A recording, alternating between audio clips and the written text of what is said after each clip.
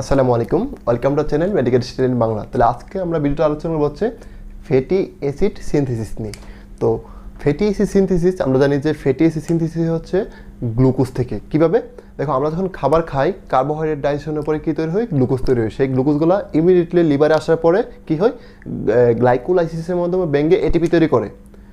তারপর আমরা যদি আরও এক্সট্রা গ্লুকোজ খাই সেগুলো কী করে আমাদের মাসল এবং লিভারে গ্লাইকোজেন হিসেবে জমা থাকে, যেটাকে আমরা বলতেছি গ্লাইকোজেনেসিস। তারপর আমরা যদি আরও অনেক বেশি গ্লুকোজ খাই সেই গ্লুকোজগুলো কী করে? ফ্যাটি অ্যাসিড সিনথেসিস করে লিপিড হিসেবে আমাদের বডিতে জমা থাকে। তাহলে আমরা যদি একটু এটা নিয়ে আলোচনা করি তাহলে দেখো যে গ্লুকোজ কী করবে?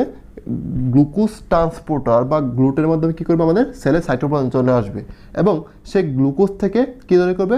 পাইরুভেট তৈরি করবে। কিসের মাধ্যমে? গ্লাইকোলাইসিস বিক্রিয়ার মাধ্যমে, তোমরা জানো। তারপর সেই পাইরুভেট কী করবে? মাইটোকন্ড্রিয়াতে চলে আসে এবং সেই পাইরুভেট থেকে তৈরি করে অ্যাসিটাইল কোয়ে, অর্থাৎ এখানে পাইরুভেটের অক্সিডেশন হয়ে একটা কার্বন বেরিয়ে যায় কার্বন ডাইঅক্সাইড হিসেবে, এবং যে 2 কার্বন বিশিষ্ট যে যৌগটা থাকে সেখানে বলতেছি অ্যাসিটাইল কোয়ে। তারপর এই অ্যাসিটাইল কী করে? অক্সালো অ্যাসিডের সাথে মিলে, অর্থাৎ আমরা জানি অক্সালো অ্যাসিডেট হচ্ছে 4 কার্বন বিশিষ্ট আর অ্যাসিটাইল কোয়ে হচ্ছে 2 কার্বন বিশিষ্ট। তাহলে এই 4 কার্বন বিশিষ্ট অক্সালো অ্যাসিডেট এবং 2 কার্বন বিশিষ্ট অ্যাসিটাইল কোয়ে মিলে তৈরি করবে সাইট্রেট। সাইট্রেট হচ্ছে একটা 6 কার্বন বিশিষ্ট যৌগ। তারপর এই সাইট্রেট থেকে তৈরি হবে আইসোসাইট্রেট। তারপর আইসোসাইট্রেট থেকে আলফা কিটো গ্লুটারেট সাকসিনাল কোয়ে সাকসিনেট, এভাবে হচ্ছে আমাদের টিসিএ সাইকেল বা ক্র্যাশ চক্রটা কন্টিনিউ হয়। এখন আমাদের বডিতে যদি এই যে গ্লুকোজ ব্যাঙ্গে গ্লাইকোলাইসিসের মধ্যে পাইরুভেট, তারপর পাইরুভেট থেকে অ্যাসিটাইল কোয়ে থেকে হচ্ছে ক্র্যাশ চক্র, আমরা জানি প্রায় 1 অণু গ্লুকোজ থেকে 38 অণু এটিপি তৈরি হয়। এখন আমাদের বডিতে যদি এই প্রক্রিয়ার মধ্যে অনেক বেশি পরিমাণে এটিপি তৈরি হয়, অর্থাৎ হিউজ পরিমাণে এটিপি তৈরি হয়, তখন কী হবে? আমাদের বডিতে এটিপি বেড়ে যাবে। তখন এটিপি কী করবে? এই এটিপি হচ্ছে এই যে প্রসেস সেটাকে ইনহিবিট করবে। কোন প্রসেসটাকে? সাইট্রেট থেকে আইসোসাইট্রেট তৈরি হইতে। অর্থাৎ এখান থেকে সাইট্রেট থেকে আইসোসাইট্রেট তৈরি হবে না, তাহলে এখানে কী হবে? রিভার্সিবল বিক্রি হবে, তাহলে সাইট্রেট। তারপর সাইট্রেটটা কী করবে? সাইট্রেটটা হচ্ছে মাইটোকন্ড্রিয়া ব্যাধ করে চলে আসবে আমাদের সাইটোপ্লাজমে।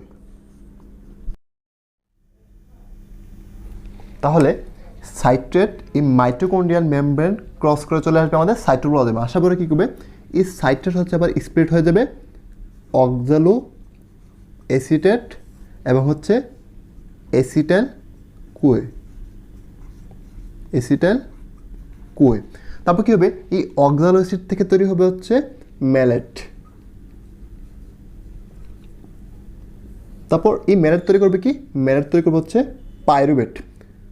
এবং এখানে যে এনজাইমটা, সেই এনজাইমটার নাম হচ্ছে ম্যালেট ডিহাইড্রোজিনেস। তো আমরা আগে বলছিলাম যেখানে ডিহাইড্রোজিনেস বিক্রি হবে সেখানে কী হবে? হাইড্রোজেন রিলিজ হবে। এখন দেখো আমাদের এই সেলের ভিতরে যদি হাইড্রোজেন বেড়ে যায় তাহলে কী হবে? পিএইচ কমে যাবে, তাহলে আমাদের সেলের জন্য এটা ক্ষতিকারক বা সেলকে ডেস্ট্রয় করে দেবে। এই জন্য এই হাইড্রোজেনগুলোকে গ্রহণ করবে কে? এই হাইড্রোজেনগুলো এখানে গ্রহণ করবে হচ্ছে NADP। সে গ্রহণ করে হয়ে যাবে NADPH2। তাহলে এই যে সাইট্রেট বিভাগ হচ্ছে স্প্লিট হতে গেলে অ্যাসিটাইল কোয়ে, অক্সালো অ্যাসিটেট, ম্যালেট, তারপর সেটা হচ্ছে পাইরুভেটে কনভার্ট হয়ে যাবে। এখন তোমাদের মনে কোশ্চেন হতে পারে যে ভাইয়া এই সাইট্রেট যদি আবার আগের মতন অ্যাসিটাইল কোয়ে এবং অক্সালো অ্যাসিড তৈরি করে, তাহলে এই অ্যাসিটাইল কোয়ে কেন মাইটোকন্ড্রিয়া মেমব্রেন ক্রস করে বাইরে আসতে পারলো না? কেনই সাইট্রেট তৈরি হতে হলো এবং সেই সাইট্রেট কেন সাইটোপ্লাজমে আসতে হলো? তার কারণ এই অ্যাসিটাইল কোয়ে কী করতে পারে না? মাইটোকন্ড্রিয়াল মেমব্রেন ক্রস করে সাইটোপ্লাজমে আসতে পারে না। তারপর কী হবে? এই যে অ্যাসিটাইল কোয়ে, এই অ্যাসিটাইল কোয়ে হচ্ছে কার্বক্সিলেশন বিক্রিয়ার মাধ্যমে 3 কার্বন বিশিষ্ট একটা যৌগ তৈরি করে, যেটা হচ্ছে ম্যালোনাইল কোয়ে।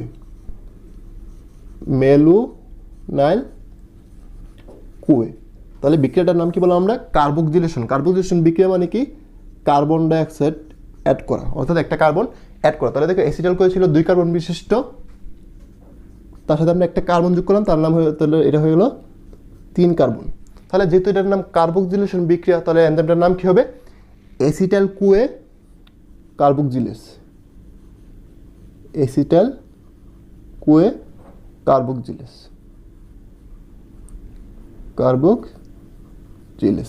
তারপর কী হবে?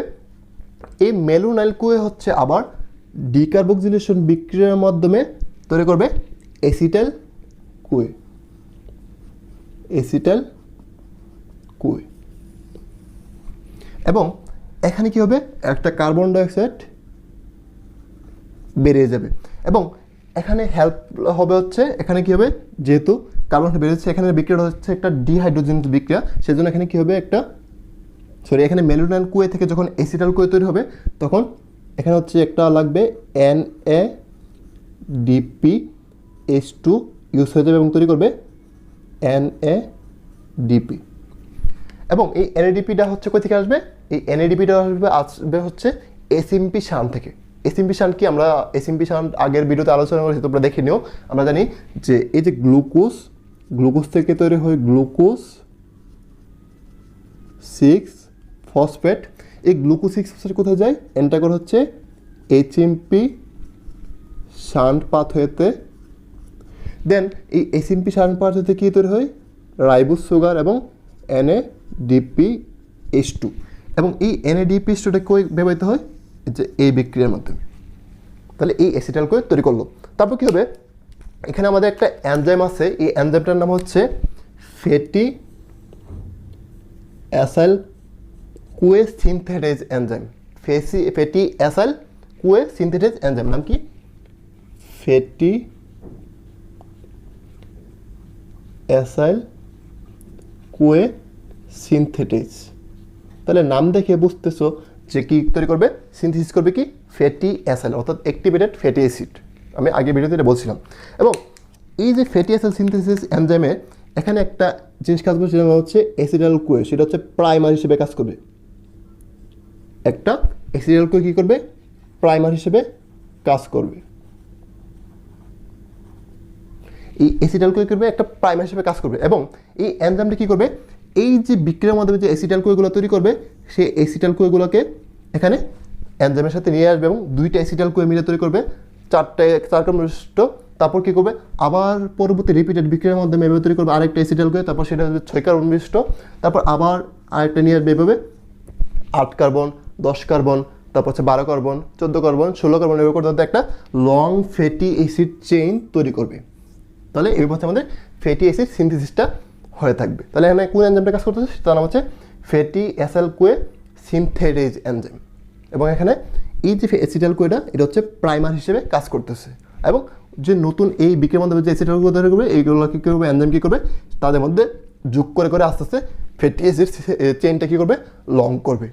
এখন এই যে এখানে যে NADPHটা ব্যবহৃত হলো, এই NADPH এর কাজ কি, তোমরা যখন SMP শান্টের ইম্পর্টেন্স পড়ছিলা তখন বলছিলাম যে এই NADPH কী করে, ফ্যাটি অ্যাসিড সিনথেসিসে হেল্প করে। তাহলে এই NADPHটা কীভাবে ফ্যাটি অ্যাসিড সিনথেসিসে হেল্প করে, আমরা একটু যদি বিক্রিয়ার মাধ্যমে দেখি তাহলে জিনিসটা সুবিধা হবে। দেখো, এটা হচ্ছে ফ্যাটি অ্যাসাইল সিনথেটেজ এনজাইম। এই এনজাইম কী করবে, দুইটা অ্যাসিটাইল কোয়ে, অর্থাৎ এই যে প্রাইমার অ্যাসিটাইল কোয়ের সাথে আরেকটা অ্যাসিটাইল কোয়ে যুক্ত করবে। তাহলে দেখো ব্যাপারটা হচ্ছে এরকম, যে এটা হচ্ছে দুইটা অ্যাসিটাইল কোয়ে 4 কার্বন বিশিষ্ট একটা যৌগ, এবং এই যৌগটার নাম হচ্ছে বিটা কিটু। দেখো এখানে একটা কিটোন গ্রুপ আছে, এখানে একটা কিটোন গ্রুপ আছে, এজন্য এটার নাম কি, বিটা কিটু ফ্যাটি অ্যাসাইল কোয়ে। তারপর কী হবে, এখানে হচ্ছে হাইড্রোজেন, অর্থাৎ এখানে একটা হাইড্রোক্সিল আয়ন, অর্থাৎ এখানে যে অক্সিজেন, এখানে ডাবল বন্ডটা ভেঙে যাবে এবং এখানে বিক্রিয়া কী হবে, একটা হাইড্রোজেন যুক্ত হবে। এবং এই যে বন্ডটা ভেঙে গেলো, তাহলে নিচের দিকে কী হবে, একটা হাইড্রোজেন যুক্ত হবে। তাহলে এই দুইটা হাইড্রোজেন কই থেকে আসলো, এই দুইটা হাইড্রোজেন আসবে ওই যে আমাদের NADPH2, সে NADPH2 কী হবে, NADPতে কনভার্ট হয়ে যাবে। এবং এই যে দুইটা হাইড্রোজেন, একটা হচ্ছে এখানে অক্সিজেনের সাথে চলে যাবে এবং একটা নিচে চলে আসবে। তো এই দুইটা হাইড্রোজেন প্রোভাইড করবে কে, NADPH2। এবং এই যে যৌগটা তৈরি হলো তার নাম হচ্ছে বিটা হাইড্রোক্সি। যেমন দেখো এটা একটা হাইড্রোক্সিল গ্রুপ, এর জন্য হচ্ছে beta hydroxy fatty acid Koi.